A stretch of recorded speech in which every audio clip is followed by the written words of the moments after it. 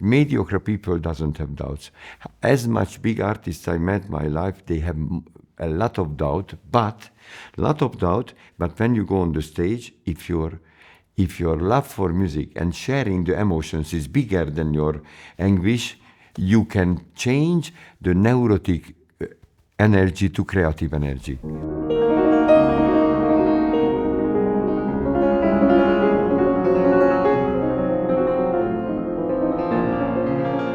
Thank you so much for being here. It's a delight to welcome you onto the series. Thank you for the invitation. I've been very curious and excited to speak with you, particularly because of one thing that I've heard that you have said to young people, which is, please don't play in order to be success-oriented. What did you mean when you say this? My answer is a little bit strange.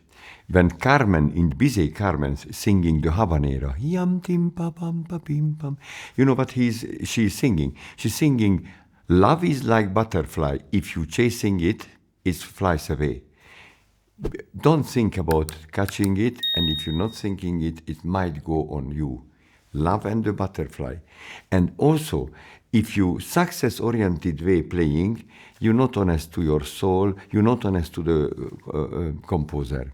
But is that something that we would know for ourselves as the musicians if we really achieve this honest way of making the music? Because at the same time, we are delivering our musical message with great conviction and we are trying to reach the highest possible level. Exactly. And I do not know why in music education in the world not using the result of sports psychology. And for instance, Federer saying it's totally taboo when you go on the field to think about prove that you are the best. Prove that you are, in this very second, you are blocked. Just the game. Accept yourself, how are you, love what you do, and suddenly you're getting into the flow. If you think about, okay, now has to be very good, you're already nervous.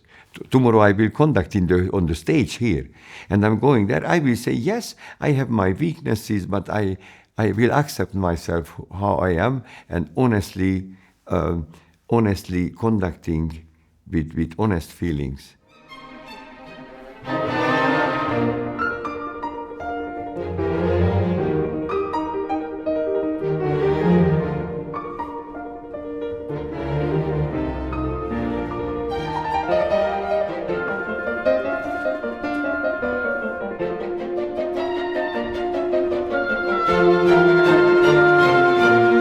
When I studied in the Budapest Music Academy in 1970s, it was a communist Hungary.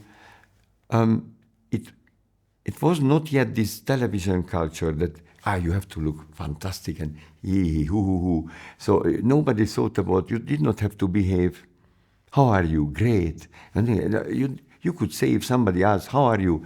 I am very badly feeling. I'm in bad mood, because I am not talented enough or something. So it was a strange word, living in the communism, but was in the society we could not open our mouths. But in the music academy, they told us, the teachers, boys, outside of the building, it's shut up for you because you can be in trouble in the communist system. But here with music, honestly open everything, but honestly. Our fantastic teachers, György Kurtág, Ferenc Rados, or András Mihály, the three genius, they immediately detected in lessons, boys, this is not honest, this is sugary, this is not coming from the music, is not coming from the real feeling of the composer. Look, they never used the word play more beautifully. They never used the word play perfectly. We did not hear this. They just told us, Brahms now feels this. Brahms in love with Clara, but also a guilt feeling because Clara was Robert's wife. So we were bombarded with real human feelings and spiritualities. And the technique was nothing else, how to get this spirituality come out from our instrument. So speaking about your teachers, I'm so curious to ask about this particular generation of Hungarian musicians, because it seems like there was just an explosion of talent. One of my favorite quotes was from the Hungarian war photographer Robert Capa, and his quote was, "It's not enough to have talent, you also have to be Hungarian." And so there's this sense that there's this national pride there. But if you look at all of the conductors who came to the United States, I think post 56, there were just so many who had this unbelievable capacity. Was that because of the training? Was because of training. Also, I have a feeling about these three fantastic teachers of mine. They were Jewish origin, and of course it doesn't mean if somebody is Jewish is a better teacher or better musician. If somebody, I'm not talking about this. But in the middle of 70s, these persons were mid 50s or around 50 years old. 30 years before, they went through, or their families, terrible things. But why I'm talking about? I don't want to talk about politics, not at all.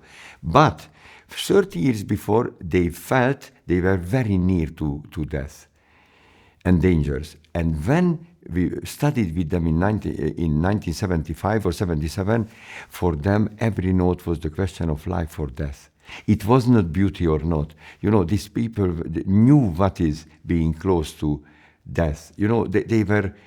They felt more the extremist of what the classical music, these great masters expressing. Don't you understand me? It's not Jewish or not Jewish somebody, but this terrible suffering or anguish 30 years earlier brought another dimension for the young generation. What was their emphasis in lessons? Lessons. They told me, Gabor, the difference between the composer and the player is nothing else. The composer is in a room or walking, and because of a special atmosphere or mood, suddenly harmonies and notes arriving to his head and heart. But the players are the opposite. We are finding first the notes and the harmonies in the score, so we have to go back. What kind of emotion and mood provoked these notes and harmonies arriving to the score? And if you thinking about your own success, you are thinking about yourself. You are thinking about yourself, about your ego.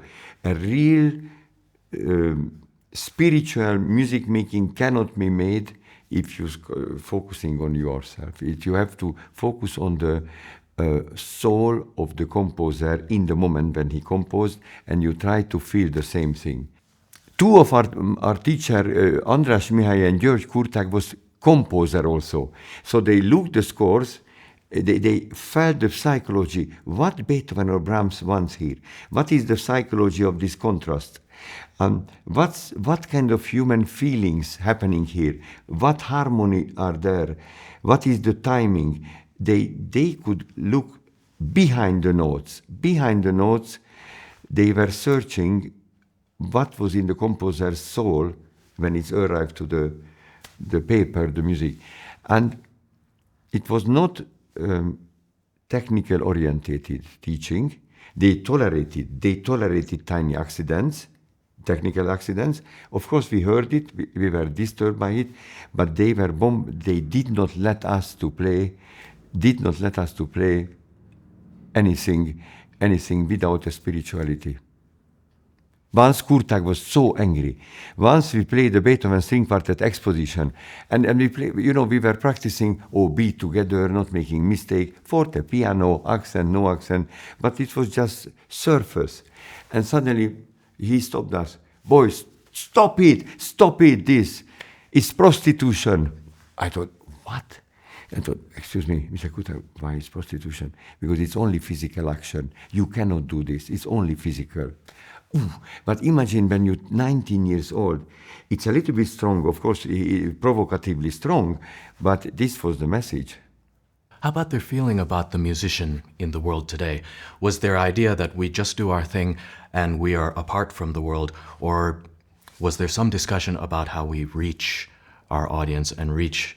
You're asking about our generation? Yes. Yes, we had to reach the public's heart. I remember all of our teacher, and for instance, Amadeus string quartet who we studied, they always told, boys, the listener is the mirror of you. If it's coming from your brain, if it's coming from your control only, it's going into the brain. But if it's coming from your instinct, if you trust your instinct, and it's coming from inside, from here, it goes there. And the goal of music making is not avoiding mistakes, but playing music with emotions and spirits. So we were, look, actually, it's not only our teacher taught this, but Leopold Mozart in his violin school in 1756 writes, musician's number one goal, manipulating the listener's emotions with the emotions which is behind the notes. So it's a kind of like an actor.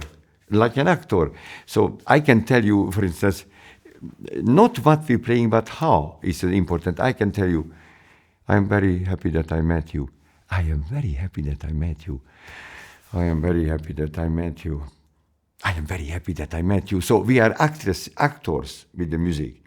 So it's not just decibel, not just color. It has to be like a language how we talk. And also, if I'm talking, I hope some young musicians will see this conversation. I have to tell them that when my father died in 1992 and of heart attack, and before we buried poor father, I wanted to see him in the coffin in the church, in the special room before the funeral. And I went there and I hardly could recognize him. And I thought, this is not my father. Suddenly my wife told me next day, you know why you did not realize him? Because it was only the soul went out. The spirit is not there. It's only the material is there, but without soul. Suddenly I realized my father was an envelope without the letter. And suddenly I realized what we're seeing in the score is just the envelope. And my musical education was that we had to play the letter. So if we're talking about this letter that we carry within ourselves, and as it develops, as it relates to our musical identity. Yes. So if you started out as a violinist, and then you founded in 1975 the Takács String Quartet, and then now you were in conducting, how do we change our musical identity if it is changing? Difficult to say. Sorry, I cannot answer clearly for it. You just on your chemin, on your way. The whole life is a learning process. We try to get deeper and deeper in the great composer's soul. We are serving the geniuses. Sometimes these transitions, as we reimagine how we make music, can be difficult or painful. Did it take an extended process of self-examination to navigate this? Yes, of course. We are full with doubts if we are the right way. But if you, because look, we're dealing with much more genius people than us. Beethoven or Brahms, and Mozart is somewhere more complex and much more genial than us. So we have to be humble. We're dealing with somebody's soul. And it's painful, yes, painful. So many doubts coming, so many doubts. Mediocre people doesn't have doubts. As much big artists I met in my life, they have a lot of doubt, but when you go on the stage, if your love for music and sharing the emotions is bigger than your anguish, you can change the neurotic energy to creative energy. Everybody is somewhere doubting things. It's Toscanini. The famous story. Then with Piatigorsky, they were preparing Dvorak cello concerto. They were supposed to play in 10 minutes later in the Carnegie Hall. And Piatigorsky, very nervous, telling to Toscanini, I am so nervous, I'm so nervous. And Toscanini told him, I am also nervous. We don't know anything, but the others know even less. Now, it's a joke. So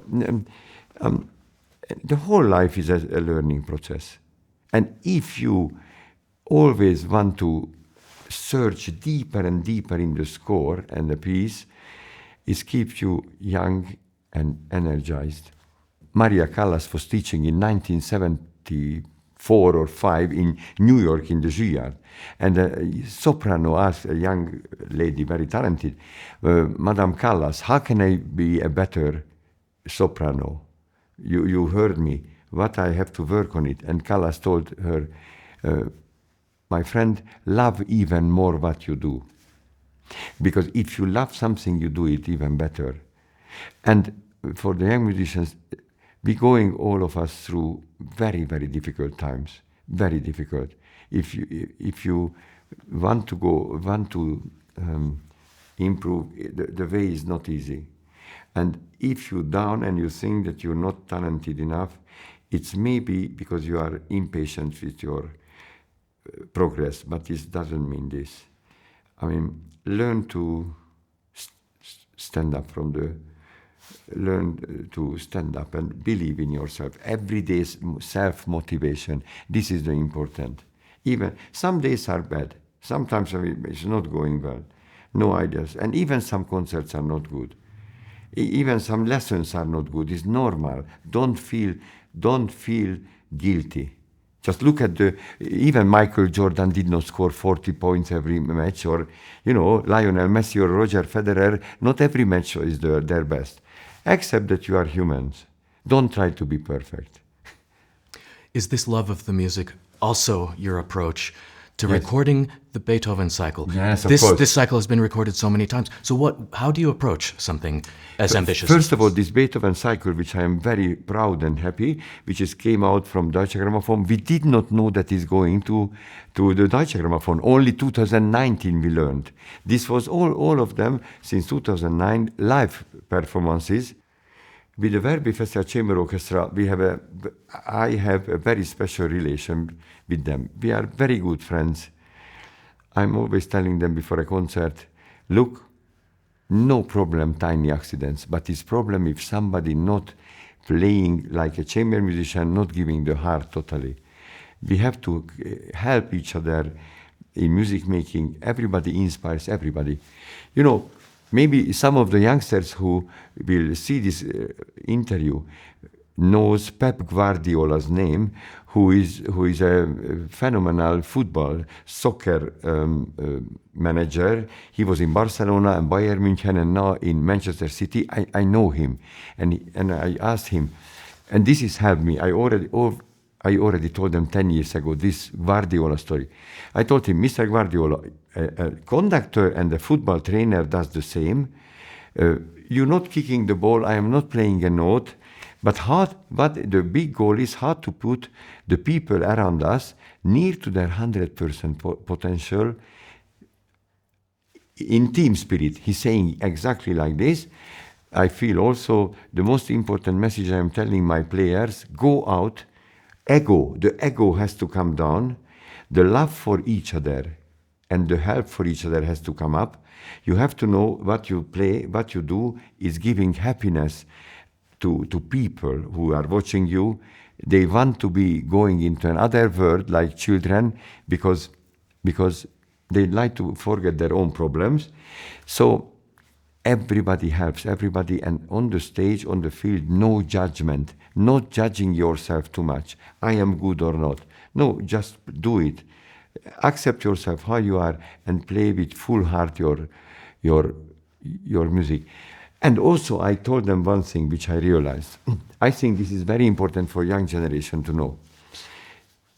When nobody can argue it, that people watching film or theater programs or they go into a concert because I think they want to go back to childhood. They want to get a fairy tale. I'd like to be in another world. I'd like to forget my problems. It's, the child in us always wants to get into a fairy tale. And when I told to my daughters, when they were only 3 and 5 years old, in Hungarian, the fairy tales, if I told just like this, the prince met the beautiful princess, but the wicked witch came, the wolf came, just like this. After 2-3 minutes, they told me, Papa, I'm hungry, pee-pee, I have to go to the toilet, blah, blah, blah. So I realized I have to exaggerate, I have to make a theater. As soon as I told them, listen this story. The prince met the beautiful princess. But the wicked witch came, and the wolf came. You know, you have to put into, it's a theater. Playing music is theater. We have to exaggerate, but it's not success-oriented exaggeration, but human people are sitting 30 meters from you. You have to a little bit exaggerate the feelings. You have to play music how you will tell your children the fairy tales. Gábor, köszönöm szépen. Ez Örülök, jó? hogy... Ez jó? Igen, ez tényleg jó volt. Örülök, hogy Jó, megismertem. jó, Köszönöm. szia. It was such a pleasure. Szia. Thank you so much. Thank you. Szia.